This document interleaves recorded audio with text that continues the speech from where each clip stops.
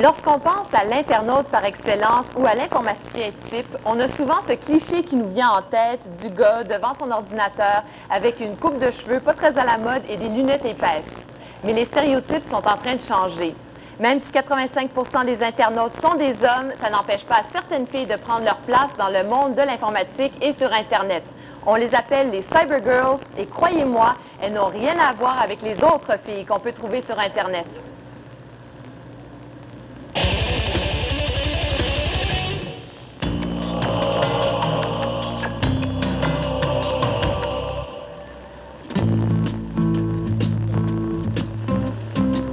Mais toi, est-ce que tu es une cybergirl? Oui, oui. OK.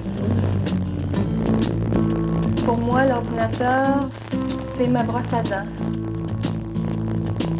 Tu passes combien d'heures ou de minutes par jour? Je ne sais vraiment pas, puis j'espère pas. J'aime mieux pas le savoir, honnêtement, parce que ce serait peut-être inquiétant.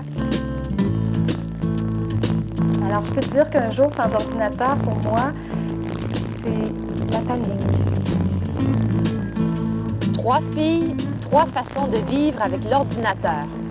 La première s'appelle Brigitte. Elle a sa propre page web sur Internet et chaque jour, vous pouvez lui rendre visite et partager avec elle ses impressions et ses pensées sur la vie.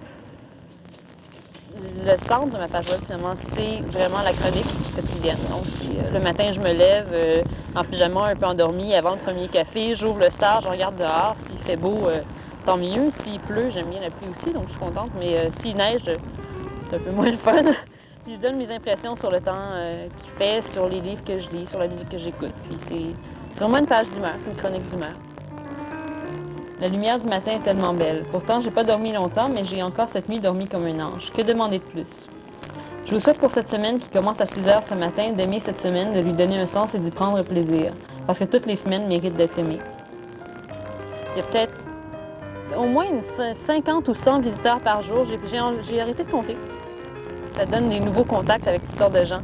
Puis ça, c'est la partie que j'aime le plus. Je rencontre des gens vraiment extraordinaires de partout. Puis les gens me parlent rapidement d'eux.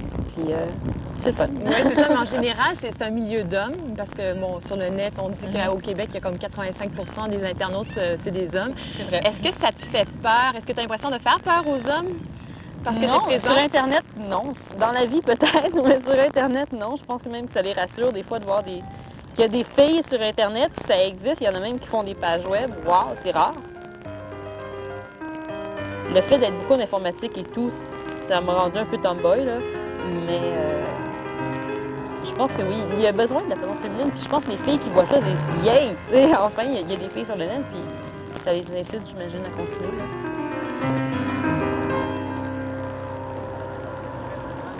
La deuxième, c'est Joy.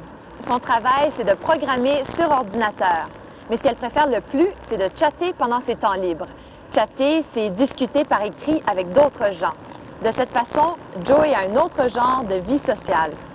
Est-ce que tu as l'impression que quand on chatte comme ça, qu'il y a moins d'inhibition, qu'on est moins gêné que dans la vraie vie? Oui, oui. C'est quelque chose que j'ai noté que beaucoup de monde parle plus ouvertement de sa vie comme ça parce qu'il y a moins de risques. Tu dois pas regarder la personne quand tu dis quelque chose.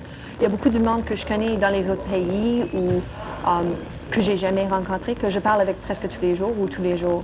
On envoie des emails, on envoie des nouvelles, on parle de toutes sortes de choses. Est-ce que tu as l'impression que les filles peuvent se sentir plus en confiance dans les chats? Oui, oui, c'est certain. Il y a beaucoup des addicts, des habitués des chats qui sont des filles. C'est vraiment c'est un endroit confortable. Si quelqu'un t'harcèle, tu peux les éviter facilement. Il y a toutes des commandes pour arrêter ça. Si tu es une fille, premièrement, il y aura des hommes qui voulaient parler de sexe avec toi. C'est facile de refuser. Il ne peut pas te forcer. C'est sur l'ordinateur. Il y a beaucoup des hommes préfèrent de parler avec des filles sur leur vie personnelle. S'il veut parler de sa blonde ou quoi qu'il soit, c'est plus facile comme ça. Les filles sont plus à l'aise avec le texte que les hommes. Les hommes s'intéressent plus dans des images et des choses comme ça. C'est vraiment un endroit où on parle tout ouvertement avec du monde. J'ai des amis là où je peux parler de mon chum, de ma vie, des choses qui arrivent avec moi jour en jour. Et c'est vraiment une bonne façon d'interacter avec du monde. Anne-Marie est notre troisième. Sans qu'elle ne s'en rende compte, l'ordinateur a pris de plus en plus de place dans sa vie, à un point tel qu'aujourd'hui, elle gagne sa vie avec l'informatique. Il y a 5 mois, elle a accouché d'une petite fille. Aujourd'hui, dans sa maison, elle prend autant soin de ses fleurs que de son ordinateur.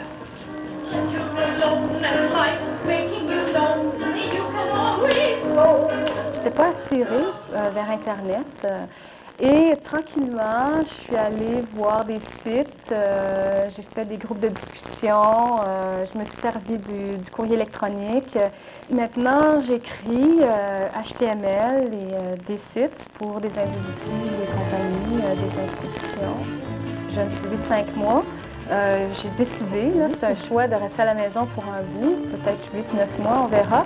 Mais en tout cas, pour l'instant, il faut que je travaille ici, à la maison. Donc, c'est mon ordinateur qui me permet de faire ça au quotidien. J'ai eu un bris l'autre jour dans mon ordinateur qui est mort pendant 2 jours. Heureusement, il a ressuscité, mais pendant ces 2 jours-là, alors là, j'ai dû développer un cancer, un ulcère, quelque chose, parce que j'ai tellement paniqué que ma vie s'est écroulée.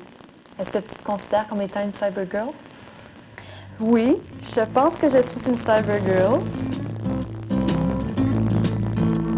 Et puis, est-ce que toi, tu connais bien l'ordinateur? Est-ce que tu es capable d'en défaire un ou de le brancher? Ou est-ce que tes connaissances vont jusque-là? Pas du tout. Moi, il faut que ce soit simple. C'est une question d'habitude, justement, c'est les fils, ces choses-là. Dès que tu sais comment ça marche, tu sais que tu peux débrancher ça sans tout faire exploser ton ordinateur, finalement. Tu n'es jamais expert dans rien avec les ordinateurs. Il y a toujours plus de détails. Puis, la chose la plus importante, c'est de savoir comment chercher l'information. Demande à qui, regarde où dans le manuel, regarde où dans les livres. Et si tu saches ça, tu sais tout ce que tu as besoin.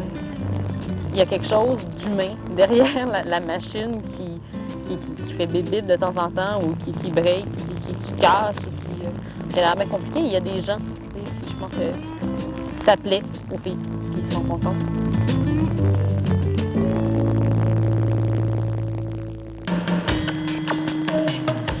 Si vous voulez nous contacter pour tout renseignement ou commentaire,